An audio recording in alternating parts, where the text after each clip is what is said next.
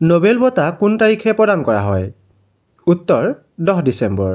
Nobel বঁটা 10 ডিচেম্বৰ তাৰিখে প্ৰদান কৰা হয়। গেছ লাইট কোনে উদ্ভাৱন কৰিছিল? উত্তৰ উইলিয়াম মাৰ্ডক।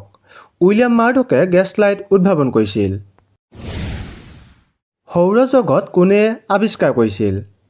উত্তৰ কপাৰ্নিকাছ। সৌৰজগত কপাৰ্নিকাছে আৱিষ্কাৰ কৰিছিল। অতি বেঙুনীয়া ৰশ্মি কোনে আৱিষ্কাৰ কৰিছিল? উত্তৰ জোহান উইলহেম ৰিটাৰ। জোহান উইলহেম ৰিটাৰে অতি বেঙুনীয়া ৰশ্মি আৱিষ্কাৰ কৰিছিল। ৰেডিয়াম কোনে আৱিষ্কাৰ কৰিছিল? উত্তৰ মেৰী কিউৰী আৰু পিয়েৰ কিউৰী।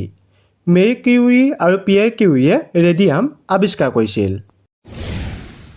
হাইড্ৰজেন কোনে আৱিষ্কাৰ কৰিছিল? উত্তৰ হেনৰী কেভেণ্ডিছ। হেনৰী কেভেণ্ডিছে হাইড্ৰজেন আৱিষ্কাৰ কৰিছিল।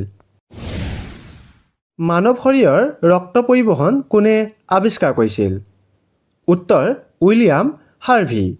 উইলিয়াম হাৰ্ভিয়ে মানৱ শৰীৰৰ ৰক্ত পৰিবহণ আৱিষ্কাৰ কৰিছিল। পোনপ্ৰথমে ভেকচিন কোনে আৱিষ্কাৰ কৰিছিল? উত্তৰ doctor Edward Jenner. Doctor Edward জেনাৰে পোনপ্ৰথমে ভেকচিন আৱিষ্কাৰ কৰিছিল। পোহৰৰ বিদ্যুৎ চুম্বকীয় তত্ত্ব কোনে আগবঢ়াইছিল? উত্তৰ James Clerk Maxwell. James Clerk মেক্সৱেলে পোহৰৰ বিদ্যুৎ চুম্বকীয় তত্ত্ব আগবঢ়াইছিল। এক্স-ৰে কোনে আৱিষ্কাৰ কৰিছিল? উত্তৰ উইলহেম কনৰাড ৰ'য়েণ্টজেন।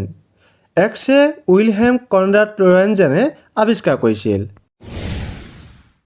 কাৰ্বন কাগজৰ উদ্ভাৱক কোন? উত্তৰ ৰালফ ৱেটছউইজ।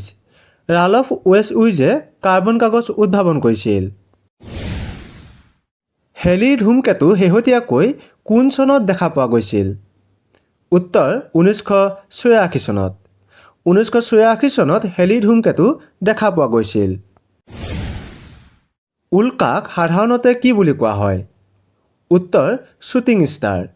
উল্কাক সাধাৰণতে শ্বুটিং ষ্টাৰ বুলি কোৱা হয়। প্লুটো গ্ৰহটো কোন চনত আৱিষ্কাৰ কৰা হৈছিল? উত্তৰ 1930 চনৰ 18 ফেব্ৰুৱাৰীত।